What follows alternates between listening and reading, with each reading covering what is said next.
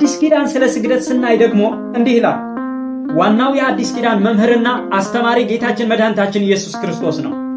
እንዲህ ይላል፣ ለእግዚአብሔር አምላክከ ስግድ ሎቱ ወባሕቱ ተአምር ወእምዝ ይቤሎ እግዚእ ኢየሱስ ሁር እምድኅረ ሰይጣን ጽሑፍ ውእቱ ለእግዚአብሔር አምላክከ ትሰግድ ወቺሃው ባሕቲቶ ታመልክ። ያን ጊዜ ጌታችን መድኃኒታችን ኢየሱስ ክርስቶስ ሂድ አንተ ሰይጣን ለጌታ ለአምላክህ ስገድ እርሱንም ብቻ አምልክ ተብሎ ተጽፏል አለው። ማቴዎስ ወንጌል ምዕራፍ 4 ቁጥር 10። ይሄ ቃል በቀጥታ ጌታችን መድኃኒታችን ኢየሱስ ክርስቶስ የተናገረው። የብሉይ መጻሕፍት እንደተናገሩት አሁንም ሊመለክ የተገባው ሊሰገድለት የተገባው የፍጥረታት ሁሉ ፈጣሪ ከመሆኑ የተነሳ ስግደት ለእግዚአብሔር እንደሆነ የእግዚአብሔር ቃል ይሄ ብሎ እንደሚናገር አስረግጦ ጌታችን መድኃኒታችን ኢየሱስ ክርስቶስ ተናግሯል። ይሄ ብቻ አይደለም። ሐዋርያው ቅዱስ ጴጥሮስ ወደ ቆርኔሌዎስ ቤት ሲገባ ቆርኔሌዎስ ወደ ጴጥሮስ እግር ሲሰግድ እንመለከታለን። ቅዱስ ጴጥሮስ የተናገረውን ቃል እንመልከት። እንዲህ ይላል፣ ጴጥሮስም በገባ ጊዜ ቆርኔሌዎስ ተገናኝቶ ከእግሩ በታች ወደቀና ሰገደለት። ጴጥሮስ ግን ተነሳ፣ እኔ ራሴ ደግሞ ሰው ነኝ ብሎ አስነሳው ይላል። የተወደዳቸው እግዚአብሔር ቤተሰቦች ሐዋርያው ቅዱስ ጴጥሮስ በጣም እጅግ እግዚአብሔር ካከበራቸውና ከወደዳቸው ያውም ደግሞ የኪዳኑ ምስክር ሆኖ የአዲስ ኪዳን የበጉ ምስክር ሆኖ ካገለገሉ ብርቱ አገልጋዮች አንዱ ነው። ይህ ሰው በራሱ ፈቃድና በራሱ ሐሳብ ወደ ቆርኔሌዎስ ቤት ሲያመራ አንመለከተው። የእግዚአብሔር መንፈስ አይኖቹ ወደ ቆርኔሌዎስ ቤት ሲያዞር ወደ ቆርኔሌዎስ ቤት ሂዶ የሚሰራውን ነገር እንዲሰራ እግዚአብሔር ሲያዘው እንመለከታለን። ያውም ቆርኔሌዎስ እንደ እግዚአብሔር ሰው አክብሮ ሲቀበለው ያውም ወድቆ ወደ እግሩ ሲንበረከክለት ሐዋርያው ቅዱስ ጴጥሮስ ያለውን እንመልከት። ተነስ እኔ እንዳንተ ሰው ነኝ ብሎ አስነሳው። ይሄ ማለት ምንድን ነው? በብሉይ ኪዳንም በጌታችን በኢየሱስ ክርስቶስ ትምህርትም በሐዋርያት ትምህርትም ስግደት ለልዑለ ባሕሪ ለኃያሉ ጌታ ለእግዚአብሔር ብቻ እንደሆነ ነው የምንመለከተው።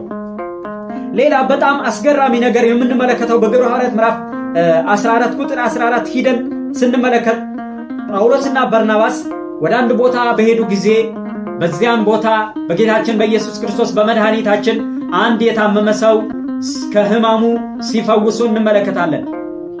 እንደምታውቁት በዛ አካባቢ የነበሩ ማህበረሰቦች ደግሞ አዲስ ነገር አየን፣ ስለዚህ ለነዚህ ሰዎች ክብር ይገባቸዋል ብለው ወደዚህ ሲሉ ሲንጫጩ ያውም ካህኑ ሳይቀር ለነሱ ክብር ለመንበርከክ የተለያዩ ነገሮችን ሲያዘጋጅ ሐዋርያት ያሉት ነገር ቢኖር ይሄ ነው።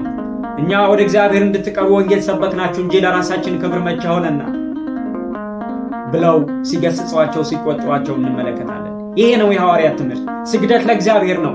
ልዑላዊ ክብር በልዕልና ለከበረው ለጌታ ለእግዚአብሔር ነው። በመጨረሻ የምንመለከተው ትምህርት ቢኖር በራእየ ዮሐንስ ምዕራፍ 19 ቁጥር 10 ያለው ኃይለ ቃል ነው። መልአክ ወደ ዮሐንስ ራእይ ይዞ መልእክት ይዞ ወደ መጣለት መልአክ ሄዶ ሲሰግድ መልአኩ ለዮሐንስ የመለሰለት መልስ እንመልከት። በጣም አስደናቂ ነው። እግዚአብሔር ቃል ለሚያምኑት ለሚሰሙት ግልጽ ነው፣ ብርሃን ነው፣ የተከደነ አይደለም። የሚመራው የሕያው የእግዚአብሔር መንፈስ ግልጽ አድርጎ ያቀርባል። ምን እንዳለውና ምን እንደተናገረው እንመልከት።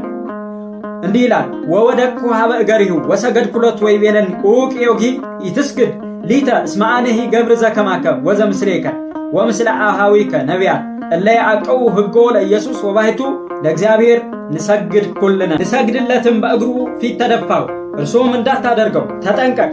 ከአንተ ጋር የኢየሱስ ምስክር ካላቸው ከወንድሞችህም ጋር አብሬ ባሪያ ነኝ። ለእግዚአብሔር ስገድ፣ የኢየሱስ ምስክር የትንቢት መንፈስ ነውና አለኝ ይላል።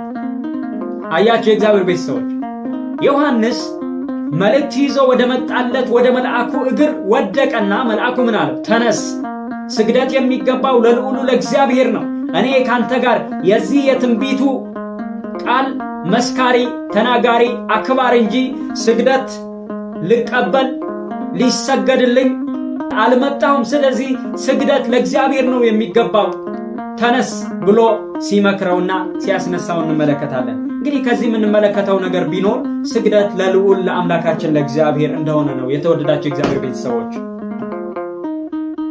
የብቻ አይደለም፣ በአባቶች ትምህርት ደግሞ እንመለከታለን። አባቶች ስለ ስግደት ምን አሉ? አስቀድመን በቤተ ክርስቲያን ታሪክ የምናየው አባት ቅዱስ አትናቴዎስ ነው። ቅዱስ አትናቴዎስ ስለ ስግደት አስገራሚ የሆነ ነገር ተናግሯል። እንዲህ ይላል፣ አምልኮ ይደሉ ለእግዚአብሔር ባሕቲቱ ይላል። በጣም ይገርማል። ስግደት ለእግዚአብሔር ብቻ ይገባዋል ይላል። በጣም ይገርማል። በቤተ ክርስቲያን ታሪክም ቢሆን በመጽሐፍ ቅዱስ ታሪክም ቢሆን ስግደት የተገባው ሊሰገድለት የተገባው እግዚአብሔር እንደሆነ በግልጽ መንገድ ተቀምጧል ወገኖች። ሌላው ቅዱስ ቄርሎስም እንዲህ ብለዋል፣ ንሴብሖሙ ለቅዱሳን ወናከብሮሙ አምልኮሰ ለእግዚአብሔር ባሕቲቱ። ቅዱሳንን እናከብራቸዋለን፣ አምልኮና ውዳሴ ስብሐት ስግደት የተገባው ግን እግዚአብሔር ብቻ ነው አለ። ታዲያ ምን እንላለን ወገኖች?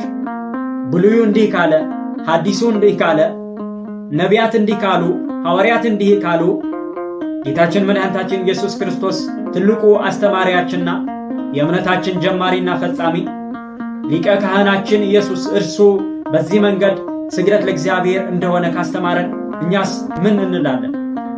እኛ የግድይህን ወደን ፈቅደን ስግደት ለእግዚአብሔር እንደሆነ አምነን ለእግዚአብሔር ብቻ የተገዛ ሕሊናና ሰውነት ሊኖረን ይገባል። እግዚአብሔር ይህንን ነገር ከኛ ይፈልጋል።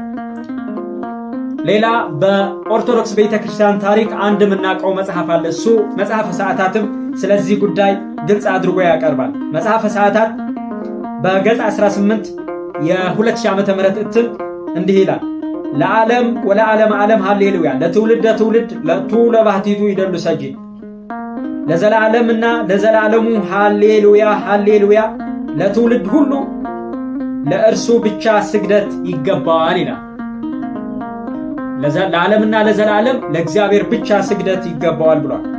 በሌላ ደግሞ በዚህ መጽሐፍ ውስጥ ቅዱስ ቅዱስ ቅዱስ እግዚአብሔር አረፍተ ጽሩዕ ዘነድ ወጸፍጻፈ ቤቱ በረድ ህቡር ህላዊሁ ዘኢይትባዕድ ሎቱ ለባሕቲቱ ይደሉ ሰጂድ። ቅዱስ ቅዱስ ቅዱስ ነው እግዚአብሔር፣ ማደሪያው ንጹሕ ነው፣ ቤቱም በክብር የተሞላ ነው፣ ህልውናውም የተዋሃደ ነው እንጂ የሚከፈል አይደለም። ስግደት ለእርሱ ብቻ ይገባዋል ይላል። መጽሐፈ ሰዓታት ገጽ 41 2000 ዓመተ ምህረት እትም ማለት ነው። እንግዲህ በእነዚህ ሁሉ አውድ የተከታተልነው ትምህርት ቢኖር ስግደት በእግዚአብሔር ዘንድ እጅግ የተወደደና ለእግዚአብሔር ብቻ የተገባ እንደሆነ ነው ማለት ነው። ይህንን ስግደት እግዚአብሔር እጅግ አድርጎ ይወደዋል፣ ይመለከተዋል። ያውም ለማን ሲሆን? ለእግዚአብሔር ክብር ብቻ ሲሆን ማለት ነው። እንግዲህ ስግደት በዚህ መልኩ ተረድተን ተገንዝበን በእግዚአብሔር ፊት በንጹሕ ሕሊናና ራሳችንን በማስገዛት እንድንቀርብ ይህንን ዛሬ በዚህ መልኩ ተምረናል። እግዚአብሔር ከሁላችን ጋር ይሁን።